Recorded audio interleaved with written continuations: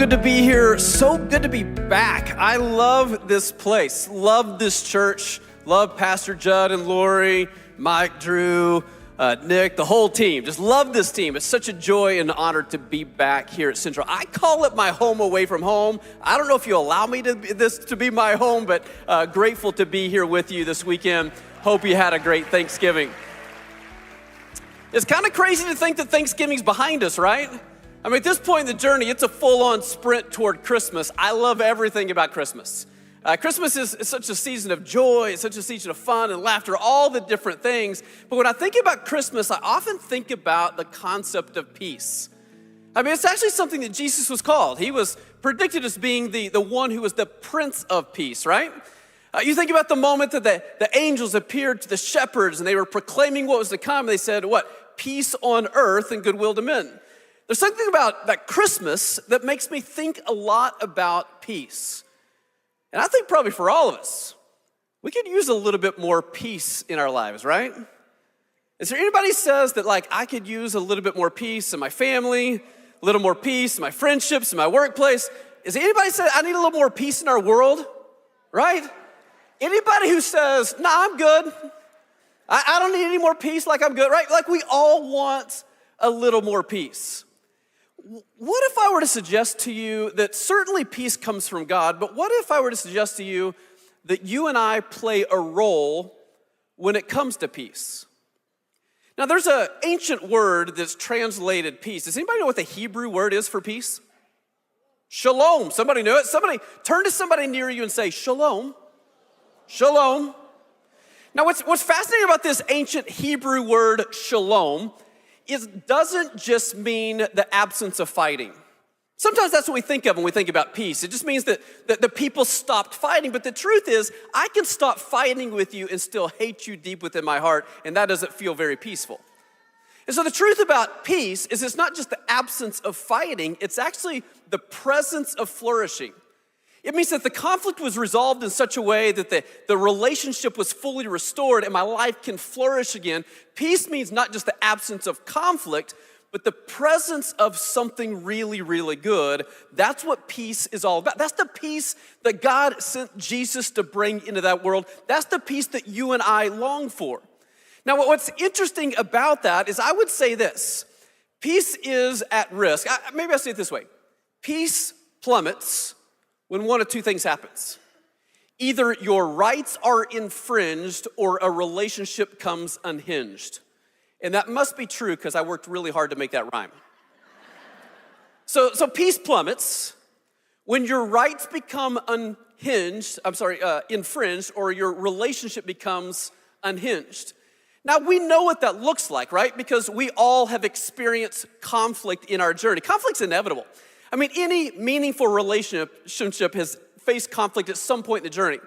Your family relationships, your friendships, relationships at work, even relationships between countries, right? Sometimes have tension in them. Conflict is inevitable. But the question becomes, what do you do with the conflict once you find yourself in that position? And I would say for most people, they respond in one of two ways. They either become a warrior or an avoider. Let me describe both. And I want you to kind of think of which one you lean more toward. For some people, when they find themselves in a conflict-oriented situation, they find themselves being a warrior. Now, the warriors are the ones that really are offended when the rights are infringed. And so it's like, these are the people who say, that's not right.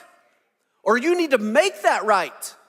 Or when the conflict happens, they're ready to go at the truth. They're going to go at it aggressively. They're going to address the conflict head on. They're going to do whatever they can to make sure the truth is known and known very well. The challenge with warriors is though they sometimes declare very profound truth, sometimes they do it at the expense of the relationship. And so even advocating for truth when the relationship becomes unhinged, there is no peace with a warrior approach. For others, they don't take a warrior approach, they actually take an avoider approach.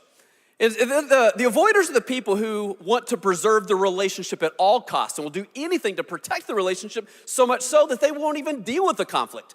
They just brush it under the rug. They act like nothing happened. They just want to move on without even thinking about it. They just want to avoid it at all costs. But I would also say avoiders don't bring about peace. Because they brush the conflict under the rug, it's still there. It's still under the surface. It's still alive and well. And when the right trigger comes along, it will come right back to the surface. There's nothing peaceful about the avoider approach. Real quickly, turn to somebody near you and tell them if you lean more warrior or if you lean more avoider.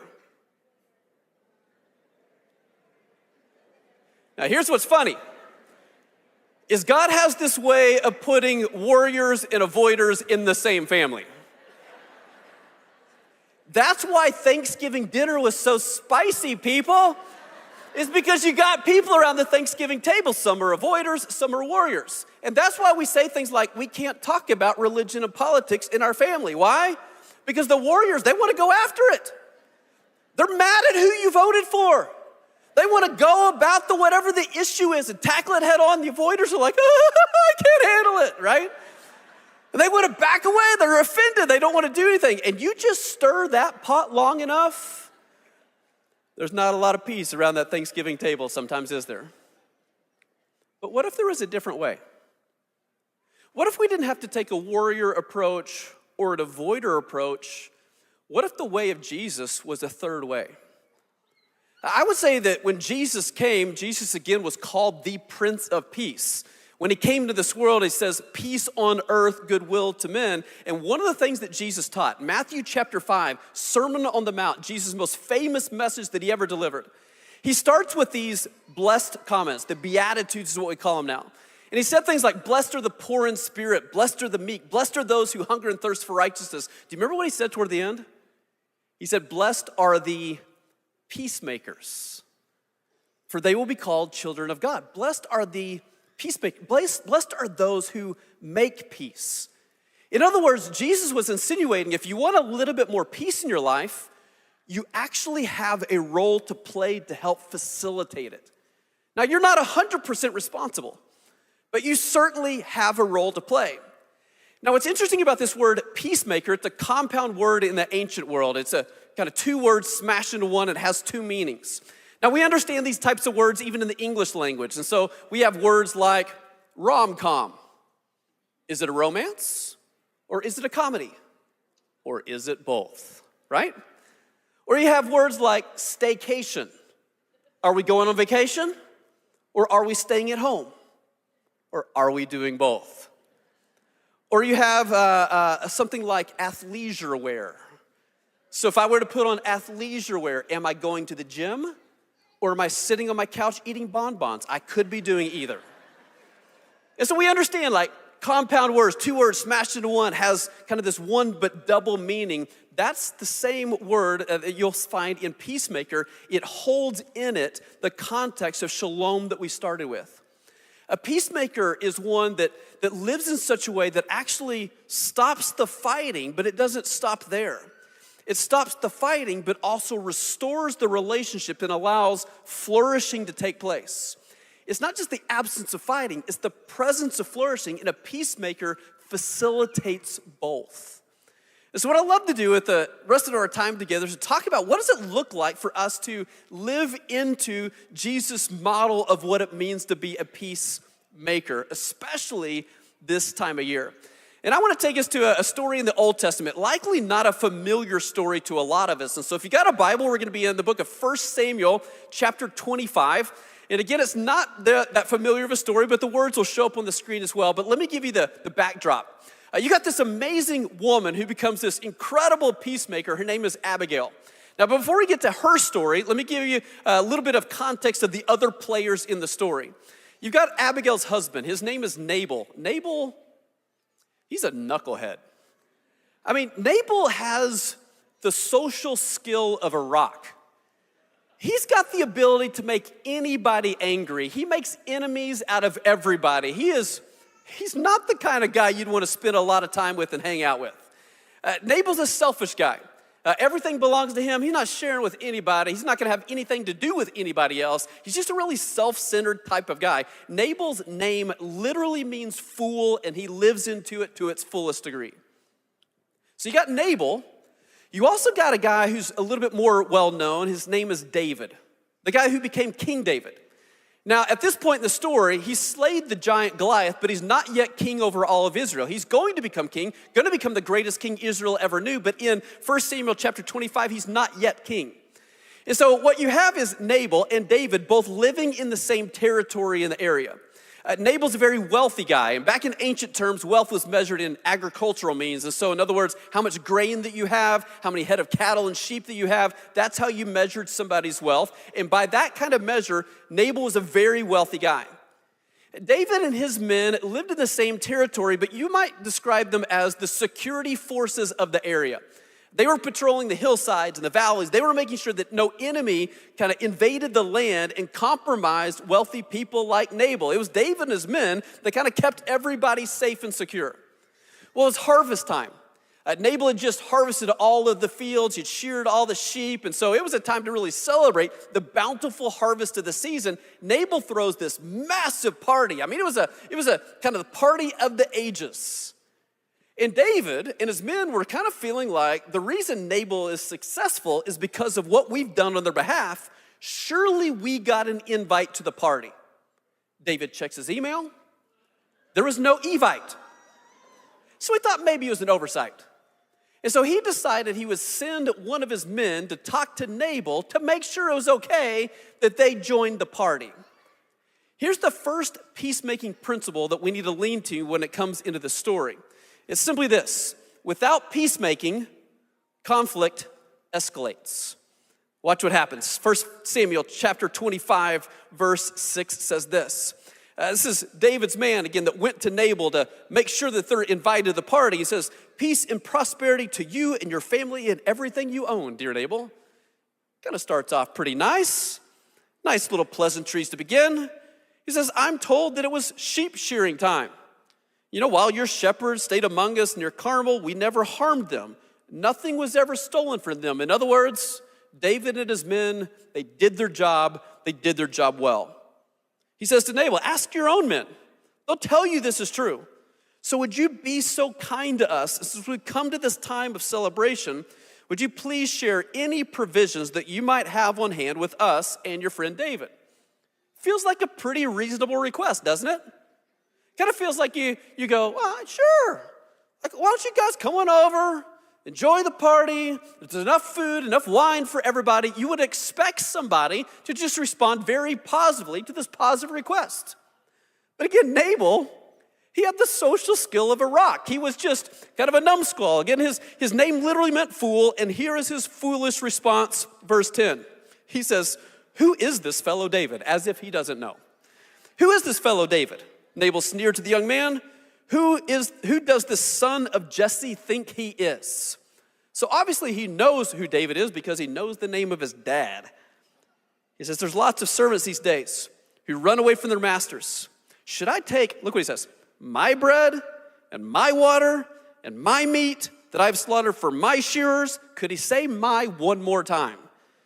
Like, should I take everything that's mine and give it to a band of outlaws who comes from who knows where? And so Nabal's response was this incredibly disrespectful response. Not only did David and his men not get an invite to the party, but he basically was just disrespectful, saying like, "You're just a band of outlaws. Nobody cares about you. Why don't you just go ahead and take your little toys and go home? Like, I don't want to have anything to do with you." Well, what happens is David's men obviously return to David to send the message that there's no invite, no soup for you. Like, you don't get to play in any way. And look at David's response. So it says, "So David's young men returned and told him what Nabal said. 'Get your swords,' was David's reply, as he strapped on his own. Then 400 men started off with David and 200 remained behind to guard their equipment." Boy, that escalated quickly. I mean, he wanted an invite to the party. He basically said, "No invite for you," in a disrespectful way. And so then David's response is, "Get your swords, let's go kill everybody." I mean, that escalated pretty quickly. But isn't that sometimes our human response? That like when something happens to us and we get hurt in some way, what's our initial gut reaction? I'm gonna hurt you too. You disrespect me, I'm gonna disrespect you. You wound me, I'm gonna wound you. You cause me pain, I'm gonna cause you pain. And oftentimes, I'm not even gonna cause the same amount of pain you cause me, I'm gonna take it up one notch. I'm not gonna disrespect you in the same way you disrespected me, I'm gonna take it up a notch. We have this tendency to escalate things. The truth is, without peacemaking, conflict tends to escalate. Now, I knew this when I was in college, and I kind of laugh about this now, but I don't know if your college experience was like this, but in my college, we did prank wars with each other quite often. And if you know anything about a prank war that people get into with one another, it just has this ability to escalate. What started kind of fun and innocent tends to escalate over the course of time. And so, it starts off by like somebody stealing somebody's white underwear and washing it with a red towel and making it all pink and like, isn't that really funny? And then they take it to another step. And there was a group of guys that zip-tied everything in this guy's room. Like literally zip-tied, closed the hangers, zip-tied the hangers to the rod, zip-tied all the drawers. Zip-tied literally everything down to where nothing was accessible in the room. And then took a pair of scissors that could be used to unclip like all the zip ties and zip-tied those together and set it at the center of the room. It's kind of funny. And then in response, there were two guys that lived a couple of doors down from each other that were both out of town on the same weekend, and so there was a decision made to switch the rooms entirely. Like, got somebody from maintenance to unlock both doors and switched all the clothes, like all the drawers, all the computers, all the books. If there was something on the wall in one room, it was on the exact same spot in the other room. If something was on the floor in one room, it was placed on the exact same spot on the floor in the other room. To put like the cherry on top, the doors were removed and put on the other room so that they wouldn't have to change keys to their new room. I actually thought that was creative when I did that. But prank wars, they kind of have this way of escalating, right? And I can laugh about some of the prank wars in college. That's funny. But you know what's not funny? Is when conflict escalates in such a way that once a long-time friendship, now we're not on speaking terms with one another. You know what's not funny? Is when we had a once really close family unit that now we haven't spoken in decades. What's not funny is when conflict escalates to the place that relationships get completely shattered. And what's fascinating is what happens on a micro level on each one of our lives happens on a macro level in the world in which we live. Watch the conflict that's even taking place in the Middle East. It escalates. Other countries get involved. It gets bigger and bigger and bigger. It's the natural human response, is that when you wound me, I'm gonna wound you a little bit more. When you hurt me, I'm gonna hurt you, and I'm gonna do it a little bit more. Without peacemaking, conflict escalates. But look at 1 Samuel chapter 25. Because the beautiful piece is there is a peacemaker in the story. Her name is Abigail. And what we find in the second principle about peacemaking is that peacemaking, or peacemakers, they step up in conflict. Not only they step up, they step into the conflict. Here we read her story. 1 Samuel 25, verse 18, you read about Abigail, who's Nabal's wife. It says this: Abigail wasted no time. I love that statement. She didn't lay back and watch to see how this thing was going to play out. She didn't kind of just sit back, kick it up, and just kind of see what would happen. It says that she went directly into the conflict. She did not pass go. She did not collect $200. She went right into it, right? It says she wasted no time. She quickly gathered 200 loaves of bread, 2 wineskins full of wine, 5 sheep that had been slaughtered, nearly a bushel of roasted grain, 100 clusters of raisins, 200 fig cakes. She packed them on a donkey in her service, and she says, "Go on ahead. I will follow you shortly." What she's doing is she's packing a bounty for David and his men that is likely more than what the original request was. That if David would have been invited to the party, he would have likely consumed far less food that she was about to give him. And so she's packing together a very generous portion in order to go meet him, because here's what had happened. There was a servant who had overheard what Nabal said to David's men. And the servant knew that that was going to make David incredibly angry. And because they were the security forces, they were the well-armed people. That's not the group of people you want to make mad. And he just suspected that it was possible that David was on his way back and he was bringing a big army and that they were going to have to do something. And he was absolutely right about that.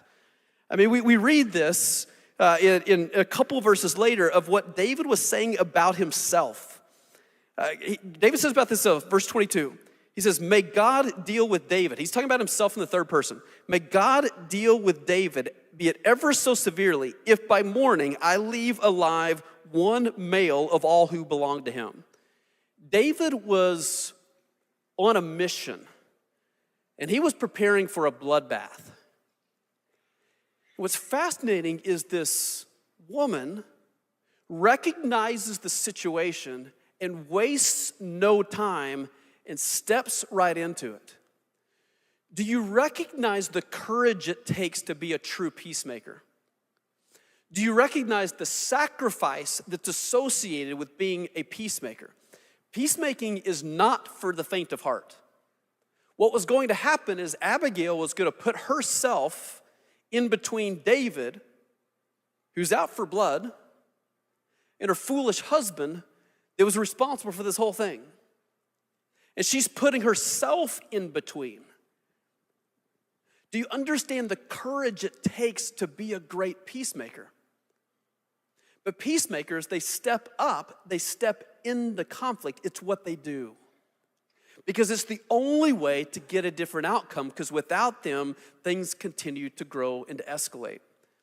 It makes me think about people that you would know. Think about figures like Nelson Mandela. Now, you probably know Nelson Mandela's story, but back in the 70s, apartheid was really strong in the country of South Africa. And because of that, the ruling minority, in order to oppress the majority, were having the majority learn their language. It was just a way of oppression. Most young people were refusing to do so, and because of that, they were going to prison. Nelson was one of those people that ended up in prison. And they kind of refused. It was kind of a way to take a stand against type of thing. But while in prison, Mandela decided that he would actually learn the language of the oppressive minority, and he took a lot of heat for it. And people said, like, how could you do that? The reason we're here is to take a stand against, to rebel against. Like, why are you doing that? And he said this. He said, I have to learn to understand the enemy. It's not about agreeing with it. It's not about condoning it. It's not about acting like it's right. But I've got to understand it. Because if I don't understand it, we'll never be able to build a bridge. Without understanding it, we'll never be able to find common ground. Without understanding, there will never be peace. For about 30 years in prison, Nelson Mandela learned everything that he possibly could about the way they thought, the way they talked, what their ideology was. And because of that, once he was finally released from prison, he was the very figure that God used to build an incredible bridge and bring peace that particular country and culture hadn't known for decades. Peacemakers have this way of stepping up and stepping into conflict, which requires great courage and sacrifice. And when you do that, peacemakers are now positioned to do this third piece. Peacemaking calls us to look beyond today. Peacemaking calls us to look beyond today. What happens in this scenario is Abigail, again, she goes out ahead to meet David. She realizes that she is, again, the last line of defense for everybody in her family. And she goes out to meet David, but watch what she does immediately when she gets into David's presence. It says, when Abigail saw David, she quickly got off her donkey. She bowed low before him. She fell at his feet and said, I accept all blame in this matter, my lord. Abigail had done nothing wrong. But she says, I accept all blame in this matter, my lord. She says, please listen to what I have to say. I know Nabal's a wicked and ill-tempered man. Please don't pay any attention to him. He is a fool, just as his name suggests. But I've never seen, I never even saw the young men that you've sent. Abigail does three things here that are incredibly practical, and it's what a peacemaker does. The first thing she did is she showed David respect the moment that she saw him. Now notice, David in this moment was not being respectable, but yet she respected him anyway. Why did she do that? Because conflict tends to escalate until somebody chooses to de-escalate. Conflict tends to escalate until somebody chooses to diffuse it. Her respectful tone with David began to diffuse some of the anger that was in his heart. The second thing she does is she says, I take all blame for what has happened. She had done nothing wrong. She had said nothing wrong. It was her knucklehead husband that had done all the wrong. But yet she said, I take all the blame. Now, why does she say that? It's because we know that if there truly is a root of the conflict, it can't go unaddressed. Somebody has to address it. It has to be dealt with. And so she took it on herself so that it could be dealt with, again, diffusing the situation. And then the third thing she says is my husband is a fool. Now, I don't think that was a disrespectful statement. It actually required truth to be known in order to be dealt with. She couldn't go to David and act like nothing had happened. She can't go to David and act like that her husband did everything right. She still had to call a spade a spade. You still had to kind of deal with what the situation was. And so she called the fool a fool. But in those three simple steps, she de-escalates the situation that provides her the platform in order to call David to a higher level and kind of paint a picture beyond this particular circumstance. You see it a couple verses later. She says this, she says, David, even when you're chased down by those who seek to kill you, your life is safe in the care of the Lord your God, secure in his pouch. She said, but the lives of your enemies will disappear like stones shot from a sling. She's like, David, remember who you are. You're the giant slayer because of what God has done in your life. He says, when the Lord has done all that he has promised and made you the leader of Israel, don't let this be a blemish on your record. Then your conscience won't have to bear the staggering burden of needless bloodshed and vengeance. And when the Lord has done these great things for you, please remember me, your servant. Do you see what she's doing in this moment? She says, David, you feel like you're a victim because you've been wronged. But don't live as a victim. Remember that you have victory in God. And she points David to look at a higher level because the truth is when you and I operate as victims, when we operate in victim mode, we will never find peace. Because we will always find that something's not right and somebody's done this to me and I'll always, peace will be so elusive. And so she calls him to say, I know that you're a victim of this circumstance, but in the grand scheme of the picture, lift your eyes. You have victory in God. Live in your victory that comes from God. You're not a victim of the circumstance. You are the promised king.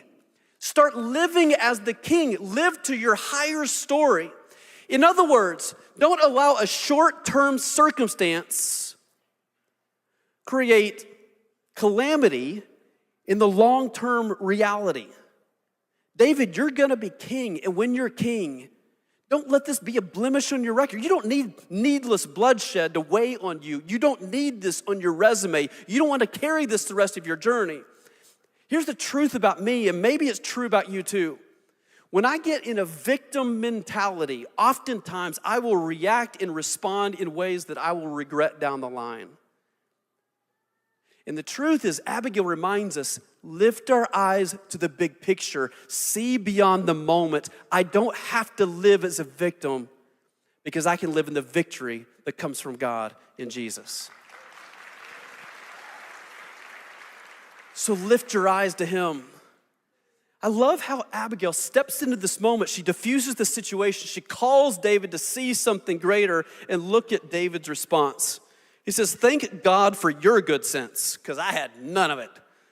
Thank God for your good sense. Bless you for keeping me from murder and from carrying out vengeance with my own hands. For I swear by the Lord, the God of Israel, who's kept me from hurting you, that if you had not hurried out to meet me, not one of Nabal's men would be alive tomorrow morning. Then David accepted her present and told her, return home in peace. I've heard what you said. We will not kill your husband. Do you see the power of Abigail's story? She wasn't a warrior, but she wasn't an avoider. She was a peacemaker. One who not only stopped the fighting, but restored the relationship so flourishing could happen again. It's this beautiful, beautiful work of a peacemaker. And can you imagine if more and more people chose that route? That we weren't just gonna be warriors and avoiders, but that we were gonna be peacemakers. Can you imagine what would happen in your home if there were more peacemakers? Can you imagine what happened in your neighborhood if there were more peacemakers? Can you imagine what happened in the place of work if there were more peacemakers? Can you imagine what happened in our world if there were more leaders who were peacemakers? It would fundamentally change the world in which we live. That Jesus came into this world to bring peace, and you and I, as followers of him, we have a role to play. I'll tell you, peacemaking will feel countercultural. Peacemaking will take an incredible amount of courage. Peacemaking will take an incredible sacrifice. I see it through the story of a guy by the name of Daryl Davis. I don't know if you've ever heard of Daryl Davis' story, but he was a jazz musician. Played with some of the biggest jazz artists on some of the biggest stages. An incredible, incredible musician. But when Daryl Davis wasn't playing his instruments, he had a very peculiar, I don't know if you want to call it hobby. He was a black man that befriended members of the Ku Klux Klan. Now, I know when I just say that out loud, that isn't a very alarming thing to say, and I'm going to put an image on the screen that is a very alarming image, right? That's very countercultural. For a black man of his day to start befriending members of the KKK, but here's what he did it. Not because he in any way affirmed the hate group, and not that he condoned any of their behavior, but it was actually through relationship that one by one, over the course of 30 years, there were 200 members of the Klan that forsook their membership to the KKK. They stepped out of that organization. They handed him their robes, stepping out of the hate that once filled their hearts. How did he do it? He was a peacemaker. There's an incredible documentary on his life that I would encourage you to check out, but I watched this interview that NPR had with Daryl Davis. And I want to just read an excerpt of that interview, that these are actually his words that he shared in that interview of one of his interactions with somebody of the Klan. He says this. He said, there was this guy who was an exalted Cyclops, which was just a leader in the Klan. And he was sitting in my car in the passenger seat. He made this statement, which I had heard before. And the statement was, we all know that all black people have a gene within them that makes them violent. So I was offended, and I turned to him while I was driving and I said, wait a minute. I mean, I'm as black as anybody you've ever seen. I've never done a carjacking. I've never done a drive-by. Man, how do you explain that? He didn't even pause to think about it. And he said, brother, your gene is latent. It just hasn't come out yet, but it's in you. He said, how do you argue with somebody who's so foolish, somebody who's so far out in left field? Daryl says, I was dumbfounded. So I just kept driving along. And so he was sitting over there all smug and secure, like, see, you got no response. And I thought about it for a moment, and then I used his point of reference. I said, well, we all know that all white people have a gene that makes them a serial killer. He said, wait, what do you mean? I said, well, name me 3 black serial killers. He thought about it, and he couldn't do it. I quickly said, Ted Bundy, Jeffrey Dahmer, Charles Manson, all white people. And so I said, son, you are a serial killer. He says, Daryl, I've never killed anybody. I said, yeah, but your gene is latent. It just hadn't come out yet. It's in you. And he goes, well, that's stupid. And I said, well, duh. But you know, you're right. What I said was stupid. but it was no more stupid than what you said to me just a few moments ago. He said he got very, very quiet, and he changed the subject. 5 months later, based on that conversation, he left the clan. His robe was the first robe that I got.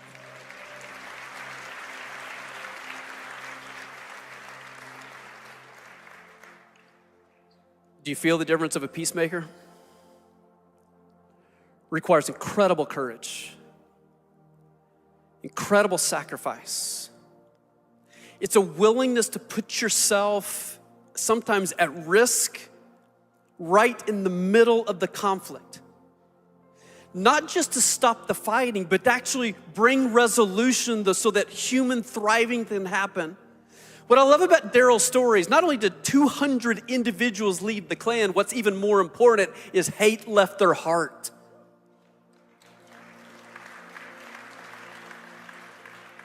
It's the work of peacemaking. My friends, our world is desperate for hope. Your family is desperate for hope. Our families are desperate for peace. Our neighborhoods are desperate for peace. Our world is desperate for peace. We need more people who are willing to stand up and stand in and say, I will be a peacemaker on behalf of Jesus. Well, what I love about this is there's so much about Abigail's story that actually points to Jesus. She lived 1,000 years before he came.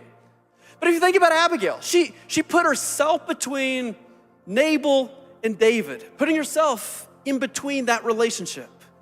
In many ways, Jesus did the same thing, putting himself between us and God right in the middle of the conflict. If you remember Abigail's story, she took full responsibility for something that she didn't do. Kind of looks forward to Jesus, who on the cross, though living a perfect, spotless, sinless life, took on my sin and your sin, taking full responsibility of everything that had ever happened, taking the full penalty of that sin. I think you could say in many ways, Abigail, she turned away the anger of David so that peace could reign. In many ways, you could say about Jesus that he turned away the anger of God so that peace could reign in our lives for all of eternity.